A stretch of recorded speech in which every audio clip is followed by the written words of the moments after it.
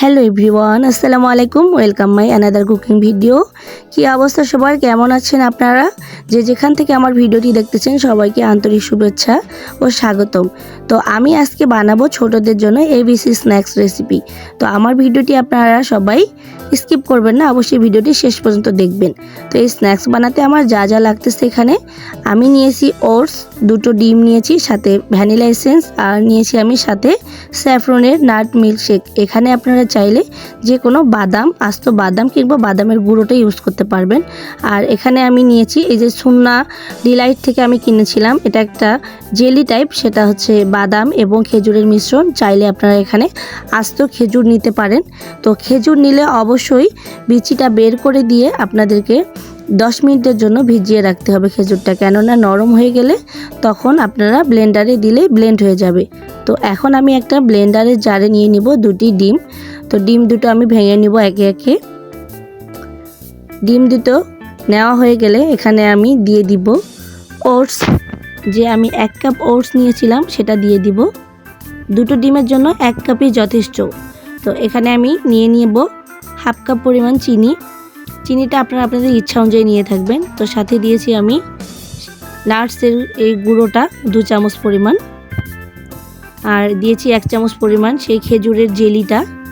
সাথেই দিয়ে দিব আমি 1 চামচ পরিমাণ কর্নফ্লাওয়ার এবং হাফ চামচ পরিমাণ আমি এখানে বেকিং পাউডারটা ব্যবহার করব, কেননা তা না হলে এখানে স্ন্যাক্সটা চুপসে যাবে।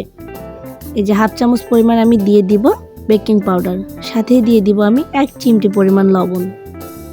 অবশ্যই এই জিনিসটা আপনাদের খেয়াল রাখতে হবে, লবণটা 1 চিমটি পরিমাণ দিতে হবে, কেননা লবণ বেশি হলে খেতে ভালো লাগবে না স্ন্যাক্সটা, কেননা এটা তো আমি হালকা মিষ্টি একটা স্ন্যাক্স বানাবো।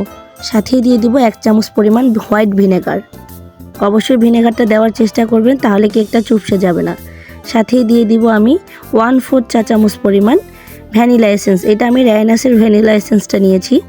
তো কিছুক্ষণ আমি ব্লেন্ড করে নেব। ব্লেন্ড করা হয়ে গেলে এখানে আমি হাফ কাপ পরিমাণ দুধ, তরল দুধটা ব্যবহার করব। তরল দুধটা দিয়ে আমি আবারও ব্লেন্ড করে নিব। সাথে দিয়ে দিব 2 চামচ পরিমাণ সয়াবিন তেল এবং হাফ কাপ পরিমাণ সুজি দেব। অবশ্যই এখানে সুজিটা আপনাদের দিতে হবে, তা না হলে স্ন্যাক্সটা হার্ড হবে না। তো দিয়ে আমি আবারও ব্লেন্ড করে নিয়েছি। এখানে আমি 6 ইঞ্চির একটা রাউন্ড মোলে তেল ব্রাশ করে বেকিং পেপার বিছিয়ে নিয়েছি। এখন আমি ব্যাটারটা দিয়ে দিব। আপনারা চাইলে মাফিনে এটা তৈরি করতে পারবেন বাচ্চাদের জন্য। তো এটা আমি কেটে কেটে পিস পিস করে নিব, তাহলেও বাচ্চাদের খেতে সুবিধা হবে। তো ব্যাটারটা ভালোভাবে নিয়ে একটু হালকা হাতে ট্যাপ করে দিব। অবশ্যই ট্যাপ করে দিতে হবে, কেননা ভিতরে থাকা বাবলসগুলো বের হয়ে যাবে। তো এখানে আমি আরও কিছু উপকরণ দিয়ে দেব, সেটা হচ্ছে এখানে চেরি আমি কেটে রেখেছি এভাবে টুকরো টুকরো করে। এগুলোকে দেখার সৌন্দর্যের কারণে এভাবে বিছিয়ে দিব। আপনারা চাইলে উপর দিয়ে যে কোনো বাদাম কুচি কুচি করে কেটে ডেকোরেশনটা করে নিতে পারেন। তো এখানে আমি চেরি, হাতের কাছে আমার চেরিটা ছিল তাই আমি চেরিটাই দিয়ে দিয়েছি। দিয়ে আমি ভালোভাবে এটা বেক করে নেব। আমি এটা চুলোর মধ্যে বেক করব, আপনারা চাইলে ওভেনের মধ্যে বেক করতে পারবেন।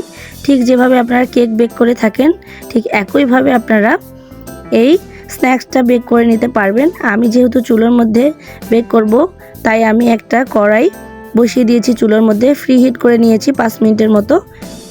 এখন আমি স্ন্যাক্সটাকে বসিয়ে দিব, দিয়ে আমি ঢাকনাটা লাগিয়ে দিব। ঢাকনার মধ্যে যে ছিদ্র দুটো থাকবে এই দুটো অবশ্যই বন্ধ করে দিতে হবে, তা না হলে কেকটা স্ন্যাক্সটা বেক হতে অনেকটা টাইম লেগে যাবে। তো ফাইনালি রেডি হয়ে গেছে আমার স্ন্যাক্সটা। আপনারা দেখেই বুঝতে পাচ্ছেন যে উপর থেকে সুন্দর একটা কালারও চলে এসেছে এবং চেরিগুলো সুন্দরভাবে ছড়িয়ে গেছে। তো এখন আমি এটাকে মোল্ড আউট করে নেব। তো মোল্ড আউট অবশ্যই সাবধানে করবেন, কেননা তাহলে এটা ভেঙে যাওয়ার চান্স থাকবে না। এখন বেকিং পেপারটাকে আমি সরিয়ে নিচ্ছি, নিয়ে এগুলোকে আমি ব্রেড নাইফ দিয়ে কেটে নিব টুকরো টুকরো করে, পিস করে। অবশ্যই কাজগুলো আপনারা ধৈর্য সহকারে করে থাকবেন। আর এই রেসিপিটা বাচ্চাদের জন্য খুব বেশি হেলদি একটা রেসিপি হবে।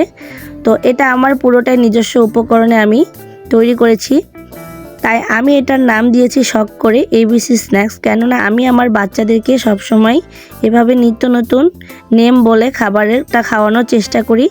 তাই এই নামটা আমারই দেওয়া, এবিসি স্ন্যাক্স। অবশ্যই বাচ্চাদের আপনারা বাসায় এভাবে বানিয়ে খাওয়াবেন, অনেক মজাদার ছিল। আমরা বড়রা খেয়েছি, খুব বেশি মজাদার ছিল, সাথে পুষ্টিকর ছিল। কেননা বাচ্চারা যে কোনো খাবার খেতে চায় না, একঘেয়েমি লেগে যায়, তাই আমি বিভিন্নভাবে দেওয়ার চেষ্টা করে থাকি। অবশ্যই চেষ্টা করবেন এভাবে বাচ্চাদের জন্য নিত্য নতুনভাবে ঘরোয়া উপকরণ দিয়ে রেসিপিগুলো বানিয়ে নিতে, তাহলে বাচ্চারা অনেক মজা করে খেয়ে নেবে। এত সফট ছিল এই স্ন্যাক্সটা, আমারও খেতে ভীষণ মজা লেগেছে। আমি 2-3 টুকরো খেয়ে ফেলেছি। এই যে দেখেন কতটা সফট ছিল এই স্ন্যাক্সটা। আপনারা চাইলে কাপের মধ্যে কিংবা বাটির মধ্যেও করে নিতে পারবেন। আমার যেহেতু আমি কেক ব্যবসা করে থাকি, আমার মোল্ড সবসময়ই বাসায় থাকে, তাই আমি মোল্ডেই করে নিয়েছি। এত সুন্দর ছিল দেখতে, খেতেও মাশাআল্লাহ দুর্দান্ত স্বাদের। তো আমার ভিডিওটি যদি আপনাদের ভালো লেগে থাকে অবশ্যই লাইক কমেন্ট করে শেয়ার করে যাবেন, সবাইকে দেখার সুযোগ করে দিবেন।